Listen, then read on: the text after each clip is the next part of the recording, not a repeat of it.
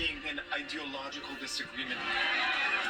I was seeing hatred. Free Palestine! The hate started flooding in almost immediately. Students called it resistance, they called it justified, they began calling Zionist students racist. We are Hamas! Standing up for being Jewish got me more hate than all the things that I have said on social media and on my podcast combined. And I've said a lot. That is just part of the trailer for the new documentary film, October 8. It chronicles the rise of anti-Semitism on college campuses, social media, and in the streets of America, starting the day after the horrific Hamas attack on Israel on October 7th, 2023. More Jews were killed in the Hamas massacre in a single day than at any time since the Holocaust. And joining us now, the film's executive producers, Emmy Award-winning actress Deborah Messing and director Wendy Sachs. Good to have you both. I first want you both to tell me about, and I know you're going to finish each other's sentences here, so directors, both of you, the reception to the pitch of this film versus the success that it is seeing today. Wendy. Yeah, no, first of all, thank you for having us here today. No one would touch this film. I started working on the film 2 weeks after October 7th, and I started booking my interviews, and I started raising money. It's a totally donor-funded film, and wherever I went, to all the agents in Hollywood, I was told, you go, girl, this is very important, good job, but no one's going to touch it. Why not? Because it's too political, it's radioactive, it's sympathetic to Israel and to the massacre that had happened. And, you know, time and time again, we were told no streamer's going to touch it, no agent's going to touch it, no theater is going to touch it. So cut to now, how's it doing? We just crossed the 1 million box office, and it's extraordinary. We're having a tremendous response to this film here in the States and abroad. We were told we'd be in theaters maybe for 1 week. We're into our third week now. And it's not just members of the Jewish community coming, it's a diverse reception. That's right. This film is not about the Jewish community, and it's not about the state of Israel, and it's not political. We're not litigating the war. We're unpacking how we got to this moment where Hamas is being celebrated as freedom fighters rather than as terrorists, and that is resonating. Yeah, and Deborah, we've all had friends, we've all had relatives, we've all had kids that have been on college campuses while this was going on. Yeah. And far from radicalizing the people that I've come in contact with and the people I know and love, it actually had a sense of, seeing their Jewish friends afraid to go to classes, the Jewish friends afraid to be seen out, of Jewish friends afraid to walk across campus. It's actually had the impact of actually moving a lot of younger students towards let's just say a more down the middle view of the Israel and Palestinian conflict. I would say even more extreme than down the middle. What we're seeing on campus and the ostracization, the harassment, the physical attacks, the blocking from going to class, all of these things are remnant of 1939 at Yale. There are literally images from Yale of people holding hands and blocking Jews from entering school. And what I was saying was actually it made people who were more anti-Israel move them more to the center and actually more sympathetic, seeing this conflict through the eyes of their Jewish friends who were afraid to go to classes in the best campuses in America, supposedly.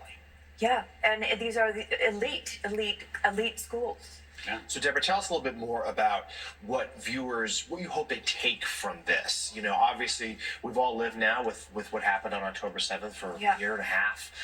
It has changed the world in many fundamental ways. Still living. Yes, still very much so. Changed the world in many fundamental ways. The ripple effect still going on. What are some things you hope people walk away from the theater or in thinking about because of this film? I hope that people walk away feeling like they've heard the truth. There is so much propaganda from, foreign enemies, whether it's Iran or Turkey or China or Russia, and a whole generation of kids have been brainwashed and believing that they are being righteous. And I am all for that. I was doing the same thing in college, but once it gets to violence, and the film explains how we got to violence and the difference between radicalization and normal, healthy protest. And we are at a juncture right now where Western civilization and our democracy is being threatened by extremism. And people are not waking up to that. And we want people to see what's happening. So here's a clip from the film, focusing on the posters of the hostages that people were tearing down after the Hamas attack. We went to Times Square and we hung posters of all the hostages. 84 years old. She's a British national.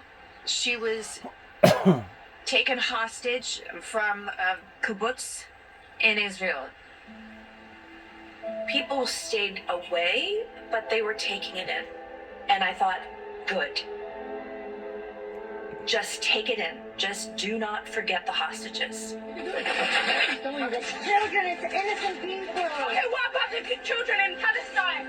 They're not innocent civilians that they're prosecuting for genocide. You just ripped off the clip. I thought you said the kids are innocent. The infamous image of the posters of the hostages being torn down was, to me, one of the most powerful events to happen so soon after October 7th. And that's when I started to say, wait a minute, something is really wrong here. And Wendy, that is shocking. You know, that one man shouting, and it's something that you heard on college campuses. They aren't civilians. We're talking about babies. That's right. They were The babies. babies. They were grandmothers. That's right. There were innocents. They were they were civilians, and they were being, kidnapped. Many of them killed now. It was really the combination between the hostility that we saw mixed with the silence, right? And the dismissal. And that's really what inspired this film. I mean, for me, this film is not about October 7th. It's about October 8th. It's what happened in Times Square when Hamas was being celebrated as freedom fighters. And rather than as terrorists, and what we saw at Harvard with more than 30 student groups blaming Israel for the attack on itself, and the silence from women's organizations and from UN women, and the ripping down of those hostage posters. To me, it felt like the world had lost its mind. So give us, if you can, just give us the ramp up to this. And it wasn't a day, a week, a month. In less glorious days, I had a show called Scarborough Country. And we talked about just the outright anti-Semitism, raging anti-Semitism coming from professors at Columbia. This was in 2003. We talked about Jewish students being kicked out of student government at USC. That was probably 2006. I could go through the list. The anti-Semitism has been allowed to fester on college campuses for a quarter century. Why? It's been steeped into the ideology of campus life. Not at all campuses. Let's be clear. Right. But in Middle East studies departments, in the humanities. But one of the scenes that we show in this film is about SJP, Students for Justice in Palestine. And we actually have a wiretap from a Marriott hotel room in 1993. And you hear Hamas leaders in America planting the seeds on messaging about how they're going to message their way into America. When they talk to people on the left, they're going to talk in terms of apartheid and colonialism. And when they speak to people on the right, they're going to talk about the founding fathers and patriotism. Hamas in America has been playing the long game, and they talked about infiltrating media institutions and universities. This goes back 30 years. So to your point, Joe, they have been playing the long game, and university campuses is just one piece of that. So Deborah, final word to you here. Obviously, your film host is trying a real spotlight on this issue. Yeah. Now that it's done and you're seeing it being received in the world, are you more or less hopeful this will get better? I'm always hopeful. I think that is part of our people. We have never in 4,000 years not been persecuted or been the focus of annihilation, and we have always survived. I feel like as long as there is education and people are having conversations and it's not binary, that there is a route towards peace. But as long as there is a world where it is impossible to be both pro-Palestinian and pro-Israel, which I am, then we're stuck. And that's the point here, is to have the conversation, to have the debate. There have been some universities that have been very effective at this. We talked early on about Dartmouth, having the head of Jewish studies, having the head of Arab studies, actually bringing that campus together and having the conversations. And that, there just wasn't space for that in some of the most elite universities in America. The documentary, October 8, is in select theaters across the country and on streaming platforms now. Executive producers Deborah Messing and Wendy Sachs, thank you both very much, and thank you for pushing forward. When everyone said no, you kept going, and it's a success. Thank you so much. Thank you for having us. Up next, CNBC's... These are the seeds that was planted during the Reagan and the Bush era. Kind. So what does he mean by nice? White House officials have said that there's essentially a way of looking at this where it's another country's tariffs plus, if they artificially depress their wages or manipulate their currency, if they have a VAT tax, all these things kind of go into... These are the seeds that has been planted all along by the White House in trying to manipulate the people and not being honest with the people, that helped to achieve part or partial of the movement that was supposed to have occurred in the late 80s, early 90s.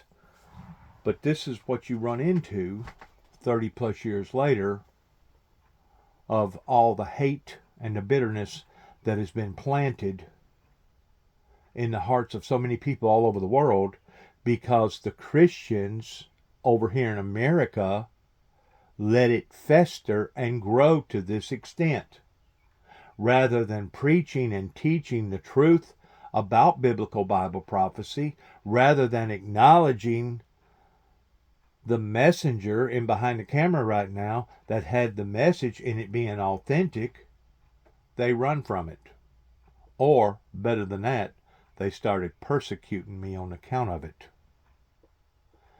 And it's one thing to be called out to the degree that society's basically hanging you out on a limb to dry, but it's another thing to actually be attacking the Christian society.